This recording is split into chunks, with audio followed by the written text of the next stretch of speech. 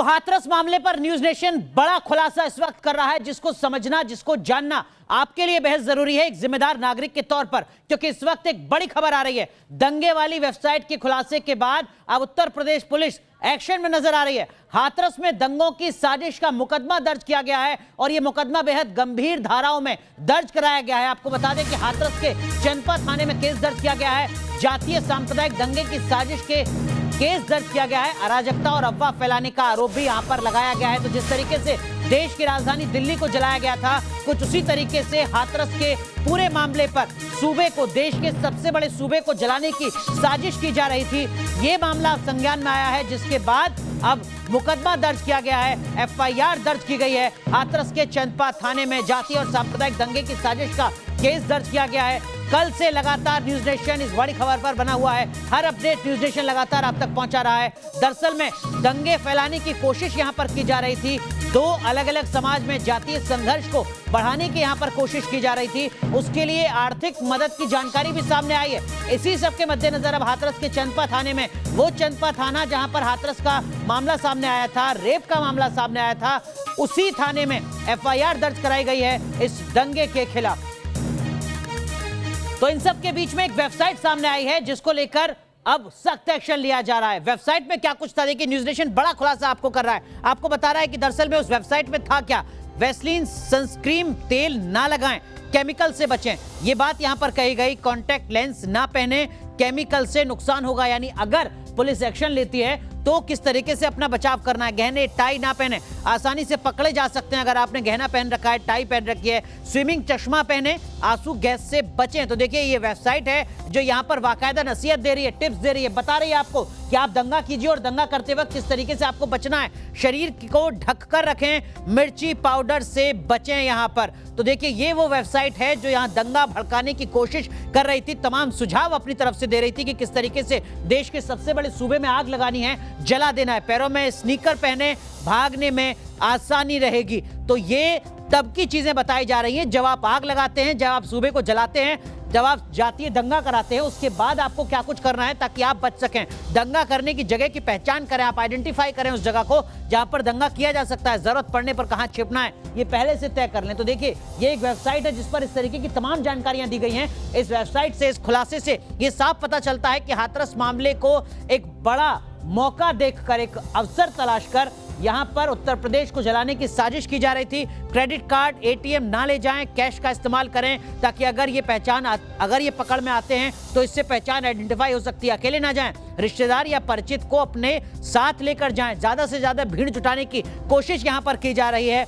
अकेले आप ना जाएं। अगर आप दंगा कर रहे हैं तो आप अपने साथ और तमाम लोगों को लेकर जाएं। बड़ा खुलासा न्यूज नेशन का ये हम आपको बता रहे हैं। इस वेबसाइट के जरिए देश के सबसे बड़े सूबे उत्तर प्रदेश को जलाने की साजिश यहां पर की गई। इस वेबसाइट से ये बड़ा खुलासा सामने आ रहा है और अब Uttar Pradesh police action mode में आ चुकी है। शिकंजा कसा जा रहा है। दरअसल में हाथरस की साजिश एक सोची समझी साजिश का हिस्सा थी ताकि सूबे को जातीय और सांप्रदायिक नफरत की आग में झोंका जा सके।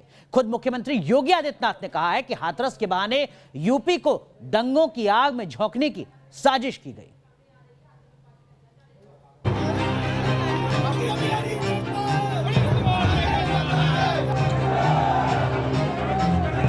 हाथरस केस पर पूरे देश में उबाल आ गया।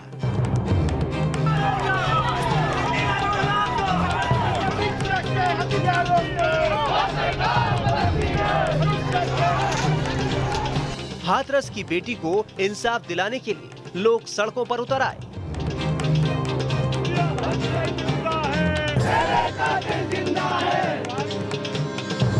सूबे से लगभग खत्म हो चुकी कांग्रेस और सत्ता से बेदखल हो चुकी समाजवादी पार्टी जैसे राजनीतिक दलों ने अपनी सियासी जमीन मजबूत करने के लिए इसे बड़ा मुद्दा बना लिया। सरकार की मजबूत घेराबंदी करने की कोशिश की जाने लगी। दूसरी ओर सीएम योगी ने विपक्ष के कुछ सोचने के पहले ही सीबीआई जांच की सिफारिश कर दी।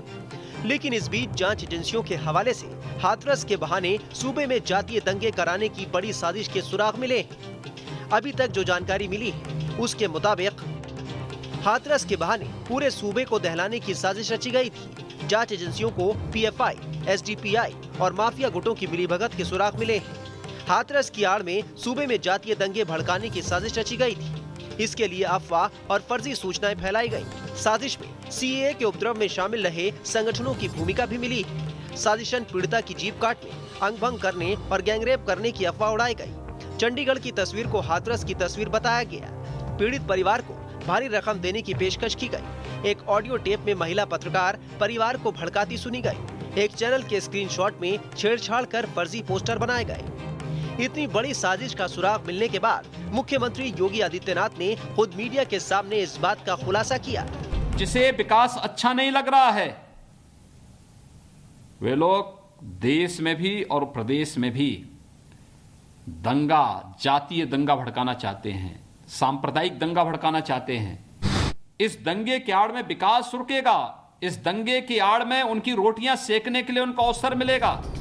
हालांकि विपक्ष का कहना है कि इस साजिश की बात कहकर सरकार लोगों को गुमराह करने की कोशिश कर रही है, क्योंकि सूबे की कानून व्यवस्था की जिम्मेदारी सरकार की होती है। सरकार को कार्रवाई करनी चाहिए। पूरे मामले को गुमराह करने की साजिश है। अगर समाज के अंदर में कानून व्यवस्था खराब होती है तो इसकी जिम्मेदारी सरकार की होती है। सरकार को इसकी जिम्मेदारी लेनी चाहिए। जो कानून तोड़ने की कोशिश करेगा उसके ऊपर कानूनी कार्रवाई होनी चाहिए। यूपी पुलिस के आला अधिकारियों का कहना है कि फिलहाल मामले की जांच चल रही है और जांच रिपोर्ट आने के बाद ही इसका पूरा खुलासा किया जाएगा। हाथरस में जो घटना हुई है सर, कहा जा रहा है उसके पीछे कुछ एंटी सोशल एलिमेंट्स हैं सर, जैसे पीएफआई जैसे लोगों ने वो मामला भड़काने की कोशिश करी सर। अभी विवेचना चल रही है इस संबंध में। विवेचना के बाद एसआईटी की जांच आने के बाद से पूरा इसका खुलासा सर कुछ हाथरस में जो हुआ वो काफी दुखद था, लेकिन इस मसले को लेकर जिस तरह यूपी को हिंसा की आग में झोंकने की साजिश रचने का खुलासा हुआ है वो काफी चौंकाने वाली बात है और जांच एजेंसियों को इसकी तह तक जाकर इसका खुलासा करना चाहिए ताकि देश को झुलसाने की साजिश करने वाले चेहरों से मुखौटा हटाया जा सके। Team news nation. तो आपको बता दें कि हाथरस कांड पर उत्तर प्रदेश के मुख्यमंत्री योगी आदित्यनाथ का बड़ा बयान सामने आया है। उत्तर प्रदेश में जातीय दंगा फैलाने की साजिश की गई थी। इस बात को खुद उत्तर प्रदेश के मुख्यमंत्री योगी आदित्यनाथ कह रहे हैं। वो इस आरोप पर, इस साजिश पर मोहर लगा रहे हैं। एमनेस्टी इंटरनेशनल जैसे संगठन भी इस साजिश में शामिल थे। बड़ा आरोप यहां पर योगी आदित्यनाथ ने लगाया है। विरोधियों की इस साजिशों को कामयाब नहीं होने देंगे, ये बात भी यहां पर कही है। योगी आदित्यनाथ ने क्या कुछ कहा, सुनिए जरा। उत्तर प्रदेश में अभी कितनी भीषण जातीय और सांप्रदायिक दंगे की नींव रखी गई थी। एमनेस्टी इंटरनेशनल जैसे संगठनों के माध्यम से, विदेशी फंडिंग के माध्यम से कैसे कैसे लोग, राजनीतिक दलों के लोग, विभिन्न संगठनों के लोग किस तरीके से दंगा कराने पे उतारू थे। यह दृश्य आपने देखा होगा, पिछले एक सप्ताह से आप देख रहे होंगे कैसे माहौल को खराब करने का प्रयास हो रहा है। ये षड्यंत्र होते रहेंगे, लेकिन हमें आगे बढ़ना है।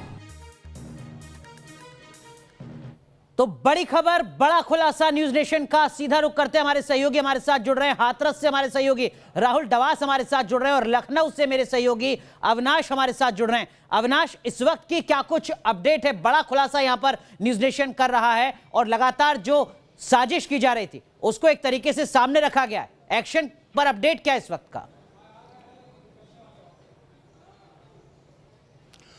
बिल्कुल अनुराग, देखिए हाथरस की घटना की आड़ में और पीड़ित परिवार को न्याय दिलाने की आड़ में उत्तर प्रदेश को हिंसा की आग में झोंकने की साजिश रची जा रही थी और इस बात का खुलासा हो चुका है।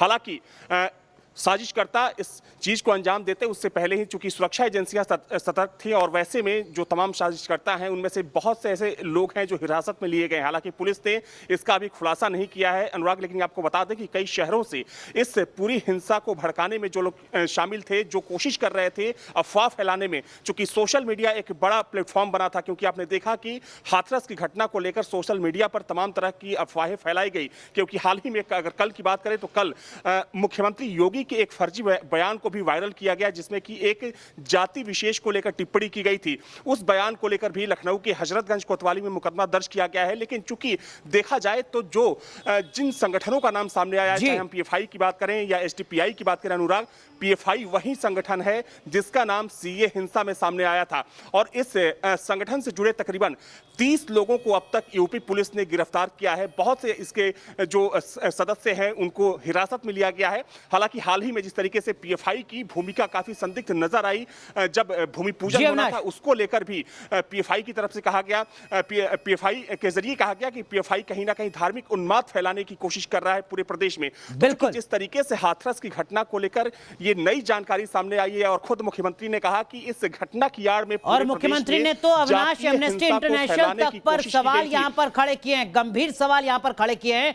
अब उत्तर प्रदेश की पुलिस किस तरीके से शिकंजा कसती है इसका इंतजार करना होगा, लेकिन इन सब के बीच बड़ा खुलासा न्यूज नेशन यहां पर कर रहा है किस तरीके से देश के सबसे बड़े सूबे को जलाने की साजिश की गई थी, ठीक उसी तरह जैसे कि नागरिकता संशोधन कानून के तहत देश की राजधानी दिल्ली में आग लगाई गई थी। 3 तस्वीरें हम आपको दिखा रहे हैं, देखिए जरा, ये वो तमाम दस्तावेज हैं जिसके जरिए ये बड़ा खुलासा हुआ है। इस बड़ी साजिश का पर्दाफाश यहां पर हुआ है। हाथरस के बहाने किस तरीके से पूरे उत्तर प्रदेश को जलाने की साजिश यहां पर की जा रही थी। 3 तस्वीरें आपके सामने, जो एफआईआर दर्ज की गई है वो हम आपको दिखा रहे हैं। उस एफआईआर की कॉपी आप देख सकते हैं। जो तमाम मामले यहां पर सामने आए हैं उनका यहां पर जिक्र किया गया है। जो तमाम सेक्शंस लगे हैं, जो यहां पर धाराएं लगी हैं, वो इस एफआईआर की कॉपी में आप देख सकते हैं। और जो खुलासा किया गया है, जो जानकारी सामने आई उत्तर प्रदेश सरकार के पास, वो दस्तावेज भी हम आपको दिखा रहे हैं। लेकिन कुल मिलाकर हाथरस के बहाने सियासत भी गरमाने की कोशिश और सूबे को जलाने की साजिश भी। आइए अब आपको सुनाते हैं इस पूरे मामले पर बीजेपी और समाजवादी पार्टी का क्या कुछ कहना है।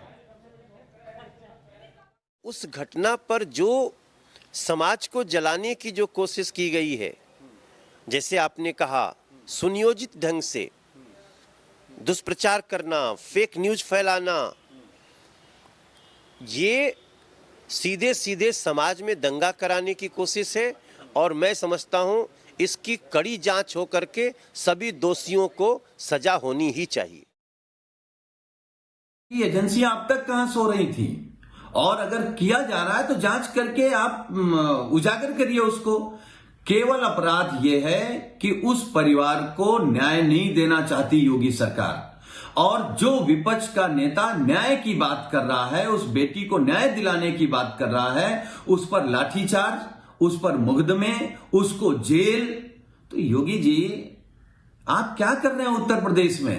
अपनी नाकामी छिपाने के लिए जनरल डायर बन जाएंगे आप। तो इस साजिश के बड़े खुलासे के बीच आरोप प्रत्यारोपों का सिलसिला लगातार जारी है। हाथरस में मेरे सहयोगी राहुल डवास हमारे साथ बने हुए हैं। राहुल, न्यूज नेशन का बड़ा खुलासा और उस पर मोहर उत्तर प्रदेश के मुख्यमंत्री योगी आदित्यनाथ की भी, क्या कुछ हाथरस के लोग कह रहे हैं? क्या उनको इस बात का एहसास है कि कितनी बड़ी साजिश यहां पर होने जा रही थी? देखिए, यहाँ की स्थानीय जनता को अनुराग एहसास नहीं है, क्योंकि स्थानीय जनता चाहे पक्ष की बात हो, विपक्ष की बात हो, अगड़ों की बात हो, पिछड़ों की बात हो, बहुत मासूम जनता है। उन्हें नहीं पता कि कौन कौन सी साजिशें चल रही है, क्योंकि राजनीति अगर सरकार की कमी है, स्थानीय प्रशासन की कमी है, डीएम-एसपी की कमी है, तो आवाज़ उठाना जमहूरी हक हो सकता है। लेकिन जब वो आवाज़ देश विरोधी हो जाए, जब देश को टुकड़े टुकड़े करने या दंगे भड़काने को लेकर हो जाए, तो बड़ा सवाल खड़ा होता है। और उससे यहाँ की स्थानीय जनता लगभग अनजान है, क्योंकि उन्हें नहीं पता कि कैसे ग्राफिक्स का काम किया जाता है, कैसे बयान को तोड़ा मरोड़ा जाता है, और कैसे स्क्रीनशॉट नकली क्रिएट होते हैं। और ये मान के चलिए कि अगर ये साजिश का पटाक्षेप नहीं होता तो दिल्ली में जो दंगे हुए थे फरवरी के आखिरी सप्ताह में, वो सिर्फ ट्रेलर था। उससे बड़ी वारदात उत्तर प्रदेश में हो सकती थी। ठीक उसी तरीके से जिस तरीके से अमेरिका रंगभेद के नाम पे जल रहा है, वैसे ही अगड़े और पिछड़ी जातियों को लड़वाने की कोशिश हो सकती थी। और बड़े खुलासे अभी और भी होंगे। फंडिंग कैसे आती थी अनुराग? क्या बिटकॉइन का इस्तेमाल किया जाता था? क्रिप्टो करेंसी का इस्तेमाल किया जाता था? एनजीओ का इस्तेमाल किया जाता था? पेपाल जैसी ऑनलाइन साइट्स का इस्तेमाल किया जाता था? फंडिंग के साथ साथ नेटवर्किंग की बात करें, संसदीय समिति कई बार सवाल पूछ चुकी है कि फेसबुक, ट्विटर, सोशल मीडिया कैसे आप भ्रांतियों को फैलाते हैं, कैसे दुष्प्रचार होता है, कैसे प्रोपेगेंडा क्रिएट होता है, तो क्या उनकी जिम्मेवारी नहीं बनती? जो सोशल मीडिया भारत के बहुत सारा पैसा कमाती है, यहां से एड्स आती है, उनकी जिम्मेवारी नहीं बनती? तो बहुत सारे ऐसे खुलासे हैं जो भी होने बाकी है, ना सिर्फ हाथरस से बल्कि भारतीय स्तर पर। बिल्कुल, तो राहुल बेहद अहम बात कह रहे हैं, लेकिन यहां पर हाथरस के लोगों को शायद इस बात का एहसास नहीं है कि कितनी बड़ी साजिश हो सकती थी। हाथरस में उस पीड़िता के बहाने उस पर सियासत सेकने की कोशिश के साथ साथ पूरे उत्तर प्रदेश में आग लगाने की साजिश यहां पर की जा रही थी, जिसकी जानकारी हमारे सहयोगी अविनाश भी दे रहे हैं। रुक रहे हैं यहां पर कुछ देर के लिए, लेकिन कई बड़े सवाल हैं जिनके जवाब तलाशे जाने अभी बाकी हैं। तुरंत हाजिर होते हैं।